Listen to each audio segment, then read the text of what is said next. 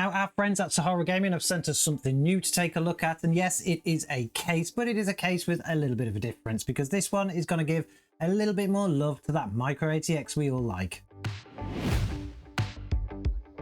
Okay, so this is the SaharaGaming M808W. I know they have terrible naming conventions there. I wish they would just actually give something a proper name so that we can at least remember it. And it is a Micro ATX case that kind of is in fashion with what is the trend at the moment. It is more of like a fish tank kind of design, but it is unique to them in the fact that it is a white case and they don't actually do a black one, not from what I can see or what they've told me. And it is a little unusual for the types of things they do. Normally they do the tower style cases. They have started to come into the market with these dual chamber style cases now, particularly with the SaharaGaming P480 that we looked at previously, but that one actually went against convention, particularly where they mounted the power supply. This one is actually pretty standard, and of course it looks very similar to many other cases out there. But what we're going to do is we're going to have a bit of a tour of it because this case isn't that expensive. On Amazon right now, this case will set you back around £80, and considering what's actually included in it, it's actually a pretty cheap option, particularly when the alternatives to this are in the more higher brands, and they will cost you a near enough double this kind of case price. So let's have a tour around it and see what you get for that kind of money. When we come to the side here, we've got a glass panel. The glass panel on this is actually at the front and the side, and they actually have no kind of pillar sat in between, so it is a full wraparound glass. You can see straight the way through it, but the panels do come off separately.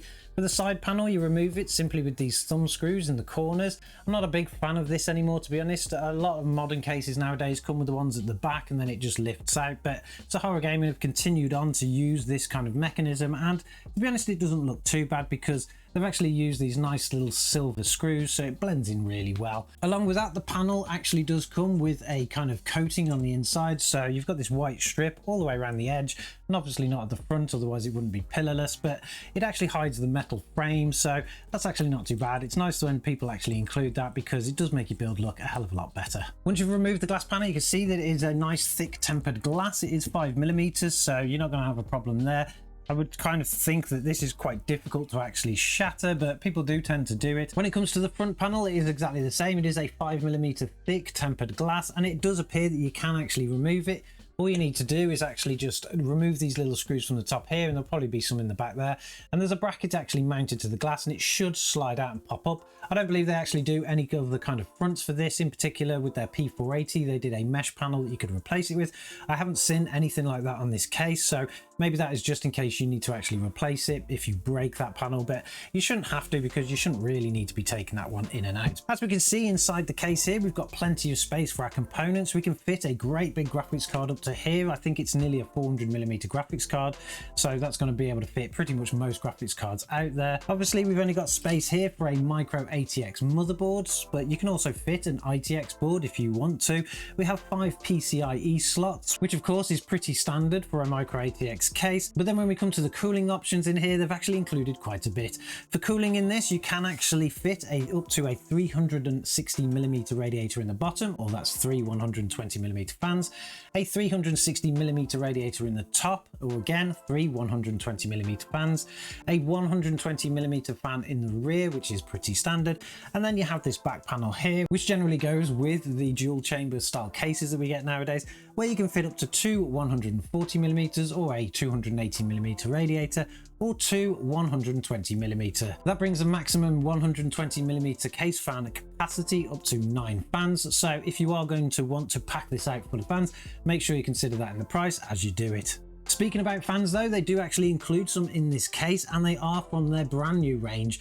There are 4 120mm fans in this system, and they are their kind of Mirage style ARGB fans. They're actually pretty cool, and I'm sure we're going to do a video on them soon, particularly on their own, but they are a modular system. They basically click all together, and then you have a single wire connecting from these fans to this one, and then it goes off into the back. But we'll swing it around and we'll see what else you get on the case. The rear of the case is pretty typical. We've got the place here for the 120mm fan, our IO shield space here, and our 5 PCI Express ports, but then we come to where the power supply fits, and in a typical dual chamber format, it actually fits here behind the motherboard. So your power supply will actually be on its side with the fan venting outside instead of inside the case. and you will actually mount it in there, which actually does provide you with plenty of space for cable management. To take a look at that cable management space, we'll need to remove the side, and that is simply done by two little thumb screws. They've actually blended these in with the rest of the case, so they are silver, they're not black. So they actually look very nice, and they are metal as well with some kind of rigid thing on it, so you can get a good grip on them if you tighten them up too much. The back panel itself just simply slides off just like most back panels do, and then as we can see, it's actually double vented. We have the vents here for the back where your power supply would actually draw air through, and then we have the vented panel at the front here where those extra fans that you mount into the kind of on the back plate, I suppose, are actually going to be able to either push air through or draw it in. Depends which way you've actually got your fans up, but that's actually a pretty decent panel. It is a little bit flexible, but it is double rolled, so you're not going to have any issues with it. And considering the amount of space you're going to get in here, there's not going to be a problem of trying to force this on, particularly with cable management, because as we'll see in a minute, there is a lot of space for cable management in here. In the rear, we get everything that we actually need for a case. We do have this bar across the back here, which is removable. We can actually fit our SSDs and hard drive on there. This case takes a total of either 3 SSDs, but you do need to mount one in the front, which will take up a fan slot. So if you're maxing it out with fans, your maximum capacity for SSDs is going to be 2, or you can actually fit 2 3.5-inch hard drives. One actually goes into the back of this panel here. You kind of screw it in through the side, and the other one again will go into the front, and it will replace one of those fans. So not many people use hard drives anymore, but if you do have one, this will actually take it. I do believe that you could potentially actually fit 2 SSDs in the back here and a hard drive in the back, so you could kind of have a bit of a mix and match. But for those of you using NVMe drives, you're not going to have a problem. You could probably just remove this bracket altogether, and not only will it reduce the weight in the case, but you'll give you even more space for your cable management. Your power supply will obviously go in the bottom here, and then we have all the cables for the front I/O that kind of come into the way of the fans. I'm not sure why they do that, but I'm sure if you grip them all up, you can actually draw them down and probably make a little bit of a tidier job. Included with this case, you do get those fans, as I've suggested before, and to power them all, if you don't have an ARGB header on your motherboard, because they do use the standard connections, they do provide you with a tiny little controller here, which will do fan speed as well as the ARGB. It does come with a little clicky system, but they have also hooked it in to a switch on the top, and we'll look at the front I/O in a minute. So you can actually change the color schemes of everything, and you can kind of hook everything together. This controller does come with multiple ports, so you can always extend onto other devices that you've got, and it is powered by a SATA connection. Now, if you are somebody that does have an ARGB header on the motherboard, or if you do like to run your fans by the motherboard speeds themselves, you can also override this controller by just plugging it itself into the motherboard, and then the controller will be kind of synchronized to the rest of the system. So there's plenty of options here, and that is all included with the original price. So that actually starts to make this case a pretty cheap option. Now, before we look at the top, we'll have a quick look at the bottom. This case does come with some very nice feet on it. They are kind of corner spaced feet, and they're pretty rigid as well, and it gives you a little bit of height here to be able to get a nice airflow under the system. It does come with a dust filter on the bottom. They are basic, very simple magnetic filters.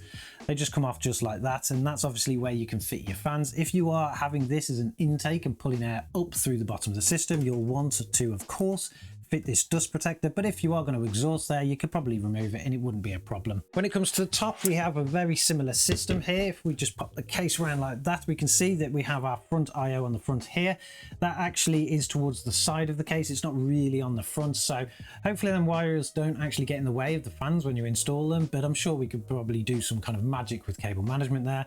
But they have included pretty much everything that you need apart from USB-C. I'm not quite sure why this case doesn't come with USB-C, because you'd expect a modern case to, particularly from SaharaGaming when all their other cases do, but it doesn't. It only comes with the following.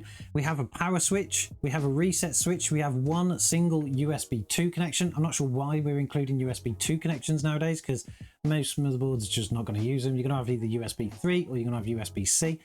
We do have a headphone jack and a microphone jack, which are separate, so they're not a combined unit.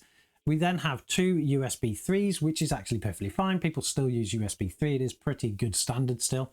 And then we obviously have a little switch here for the LEDs. That is obviously going to change the colors if you are plugging into that controller. If you've completely removed the controller altogether, obviously that switch isn't going to do anything, but that is completely up to you and the options that you have. As you can also mount fans into this system at the top, you do also get a nice little dust filter there too. You can remove it just by simply doing that. They are magnetically stuck on, and obviously as as you can see here, we can fit up to the 140mm fans. There's not that many there. You can't get anything more than 2, I think. You'll probably get 2 140mm fans in here, or you can fit your 360mm radiator or your 3 120mm fans in these little grooves on the top, and they will countersink your screws, so you're not going to get anything kind of sticking up. And then you can just stick your dust filter on just like that. If you are again having this as an exhaust, you don't have to have the dust filter on. I tend to just keep them on anyway, even if they are an exhaust, because I just think they look a lot better when they have this nice little dust filter on. The dust filters are in a metal with a coated plastic, so if you do flex and bend them, you're going to get creases in it and it's going to look terrible, so try to avoid to do that. If you are going to take it off, try to slide it off first and then pull it away. Don't try and dig your hands in there, because I've seen a lot of people damage these before in the past. Now, I'm actually pretty impressed with this case. SaharaGaming are starting to come out with some really good stuff. Their P480 was a fantastic case, particularly when it came to cooling, especially if you did have the front mesh panel installed instead of the glass one. This obviously doesn't come with that option, but I think considering the size of this case and the amount of fans that you can get into it, I think you're going to have no problems with cooling at all. I think you're going to get a very nice airflow throughout this system. The fans that they include are actually really good fans. I have had a quick little test with these ones. The lighting looks fantastic. They actually do have a very good range when it comes to RPMs. I believe it's from 200 to 1800, which is actually pretty good for a case fan. The fact that they are modular and they all click together is a really nice feature, because it means you can just cut down on your wiring. And these fans are a slight different design to their normal ones, because we do have the infinity mirror sides on them, as well as the infinity mirror in the center, so they do look pretty plush when they're on. And to be honest, the whole system kind of just really makes you want to buy even more of these to install throughout. I'm sure at some point that's what we will do when we start to build into this case. We'll want matching fans, so I'll reach out to them and see if we can get hold of some extra fans just to kind of get the system looking nice. I think SaharaGaming have done a fantastic job of this case, particularly for the price point and what's included in there. I can't wait to actually do a build in it, and I'm sure you guys will want to see that, so make sure you subscribe to the channel, and I'm sure as always I'll catch you guys in the next one.